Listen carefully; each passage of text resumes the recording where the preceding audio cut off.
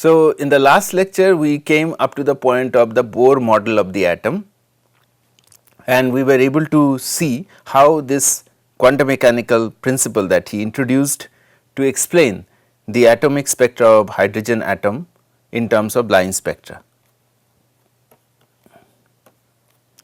So, this idea of energy quantization was the critical one in terms of quantum mechanics, and modern approaches to quantum mechanics developed from the idea that this quantization is possible.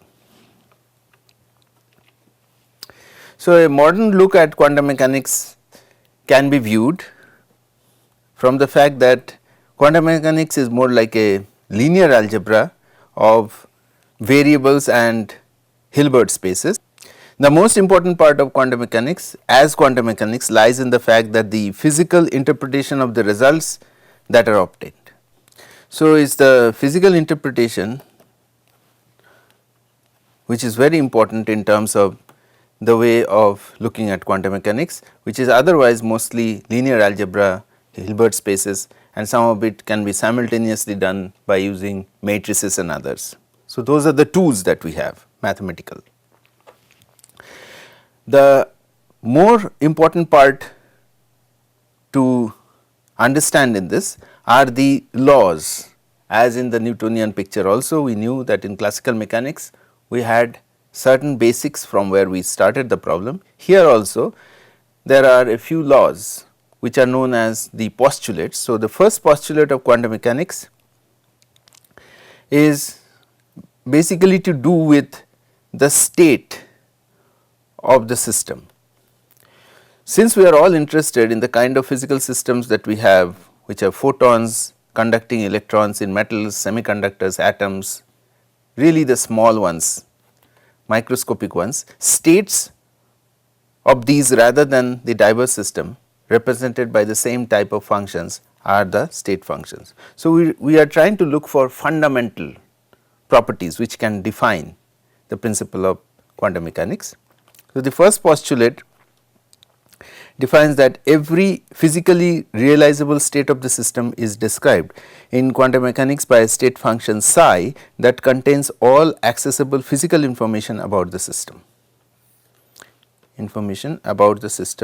in that state. So, this definition of psi is roughly the first postulate of quantum mechanics. It leads to the principle of physically realizable states that can be studied in the laboratory.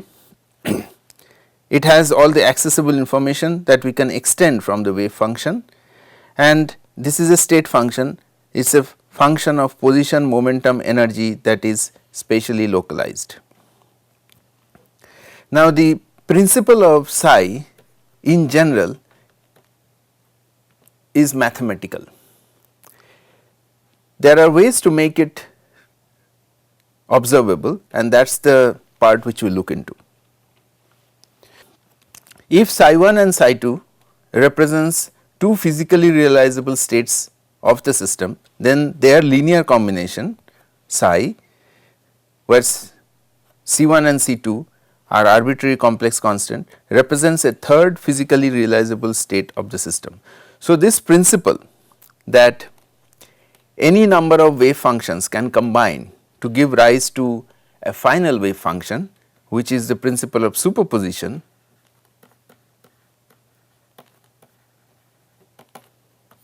is extremely important in quantum mechanics. So, the wave function psi x and t, which is a function of position and time, probability amplitude, is the one which can be put together through superposition of many more wave functions which can come together with certain amount of the contribution, which can have arbitrary complex forms, is known as, is what we are looking at. So, in some sense quantum mechanics is probability having complex numbers associated with it. So, quantum mechanics is describing the outcome of an ensemble of measurements or a large number of measurements, where an ensemble is a measurement consisting of very large number of identical experiments performed on identical non-interacting system, all of which have been identically prepared so as to be in the same state. So, if each of them could be measured, their sum together is also a result which can be looked at. That is the basic premise of this entire picture. However, if a system is in a quantum state represented by a wave function psi, then there is a probability of its observation which comes because of the observable nature. So, the probability of a position measurement at any time t of the particle will be detected with the infinitesimal volume of dV, and that is where the probability can be defined in terms of the square of the wave function. So, since the wave functions are complex, so the observable has to be a real value because it is a probability after all. So, it is the complex conjugate measure is the product of the conjugate with respect to itself, which gives rise to the mod psi squared value. So, whenever these two coordinates are given, position and time, then this is the probability density associated with both position and time. One of the things to note here very importantly is that we are only quantifying in terms of the coordinate space and time space, and we are not mixing momentum at the same time, because that is what we had already started in the very beginning, showing that probability measure of momentum and space cannot be done simultaneously in the same dimension. The importance of normalization follows from the Born interpretation. So, this is the Born interpretation of the state function as a position probability of amplitude. According to the second postulate of quantum mechanics, which is what it is, the integrated probability density can be interpreted as a probability that in a position measurement that results in a position measurement at time t. So, since the particle has to be always found, we can always represent this with the fact that if we take the measurement, the total integral of that over the entire time,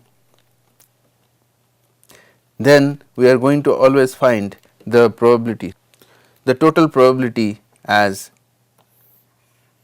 1, because we are at a given time or at the entire time period where the time has been integrated out, then the particle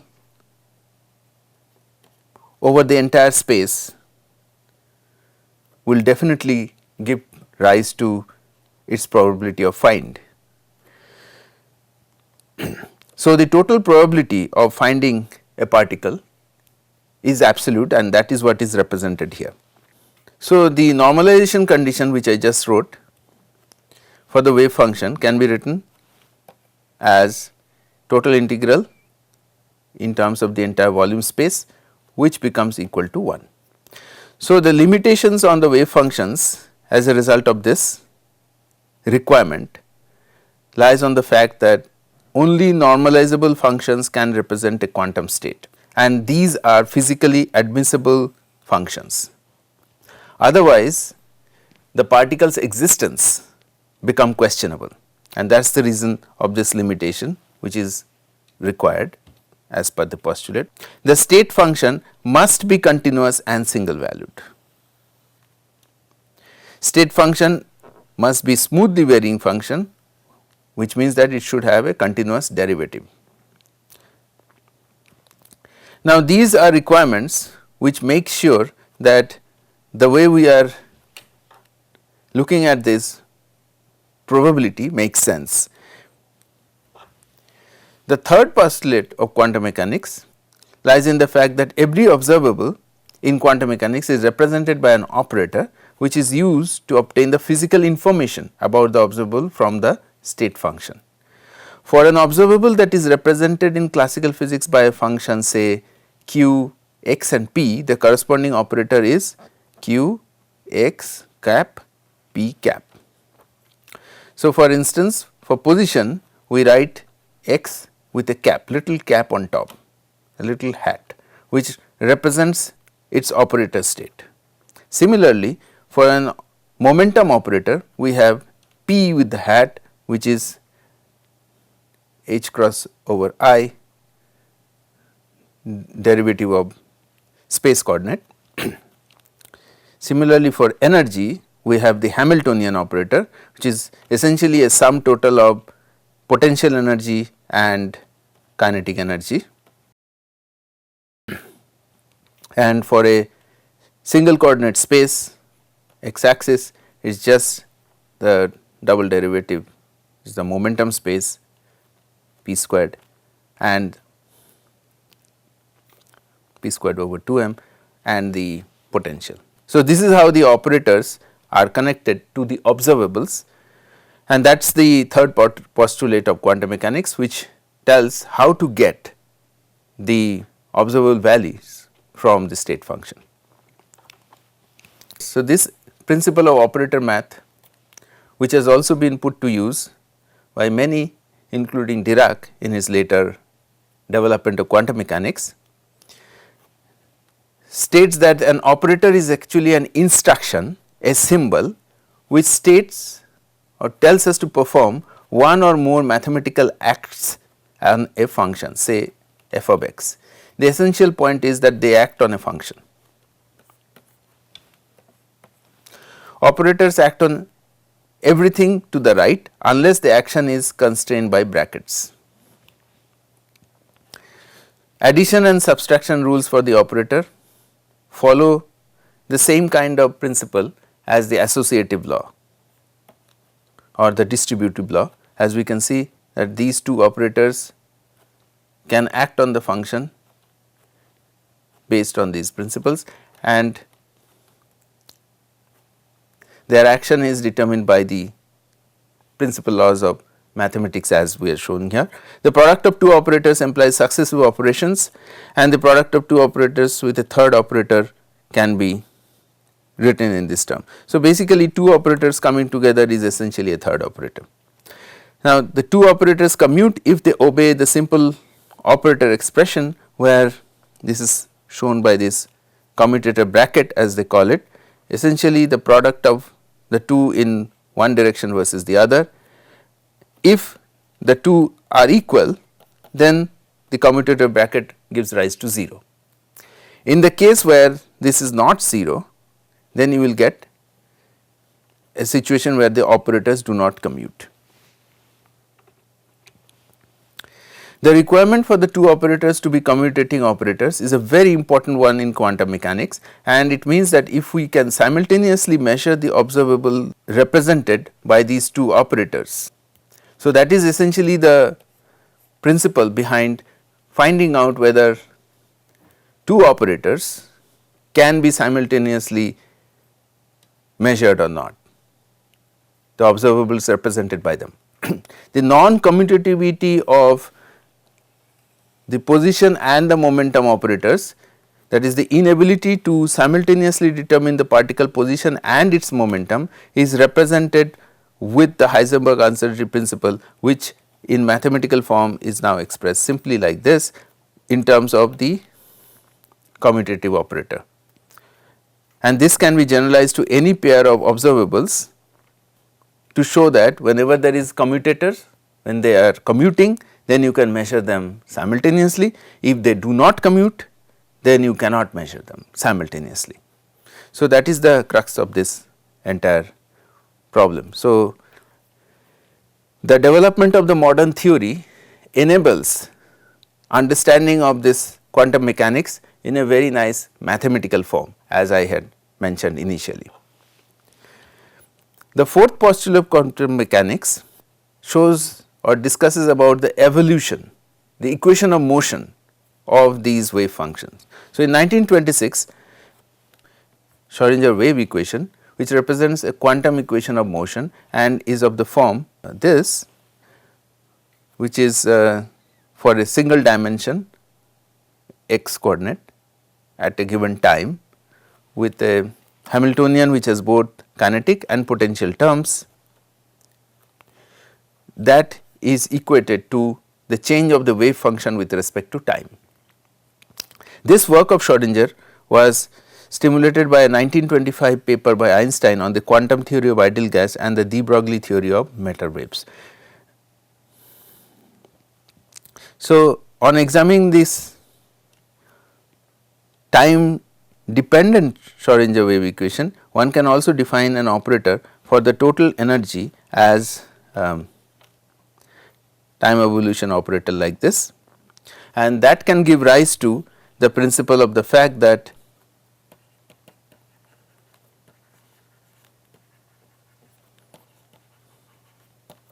so energy and time do not commute, because this is a corollary of the way of looking at the time evolution.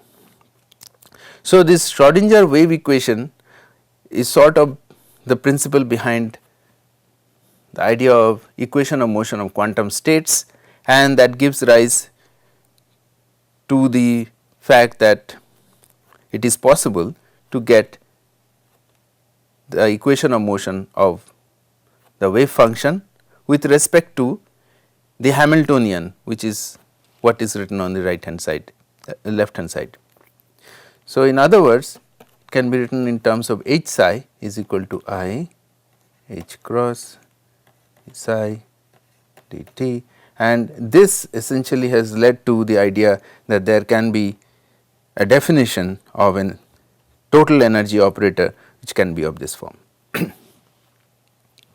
Because when you do a time integration of this particular Schrodinger equation, it becomes h psi is equal to E psi. So, quantum mechanics has a new set of rules for motion, where the state of the system, the wave function psi, gives rise to an equation of motion which is the Schrodinger equation of motion. H psi is of this kind, where I is a complex number which represents that the negative square root of 1. The properties of H have to be defined also in a certain way, so that the results are observable. So, the Hamiltonian has to be Hermitian, so that a positive definite operator is the result of this Hermitian nature. The time independent part is a result of this integration, which gives rise to the Schrodinger equation, which has the Hamiltonian and the energy equated in this form, E psi is equal to H psi. As a result of this fourth postulate of quantum mechanics, we just saw that the state function of an isolated quantum system is governed by the time dependent Schrodinger wave equation H psi I h cross d psi by dt, where H is, as we define, as the Hamiltonian of the system. On the isolated system, this also means that the time dependent Schrodinger wave equation describes the evolution of a state provided that there is no observations that are being made. Now, this is a very important point to remember, because whenever you make measurements, you perturb the system, and that is going to change the way you look at the system. And so, it is just stated here, an observation alters the state of the observed system, and as it is, the time dependent Schrodinger wave equation cannot describe such changes. So, that is built into the fourth postulate of quantum mechanics.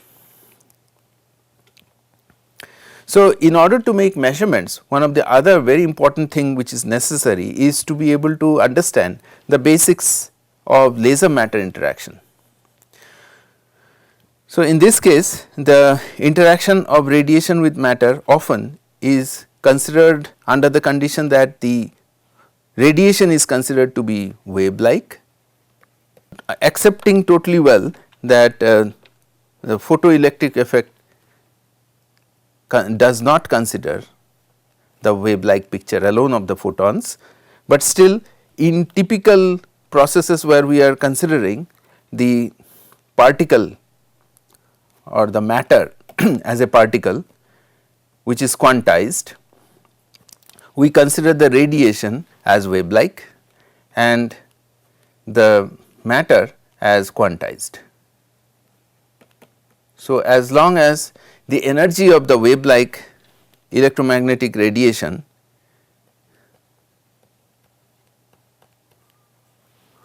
matches with the energy of the gap between the matter states, say delta E, transitions or changes can occur. So, there are many different levels of this interaction. There can be very low energy waves which are microwave radiation. It can lead to molecular rotation and torsions. The next level up, when it is of the region of infrared radiation, that would be leading to molecular vibrations. And then there is this visible region where it is often electronic, and definitely the ultraviolet region is changing the energy of the electrons.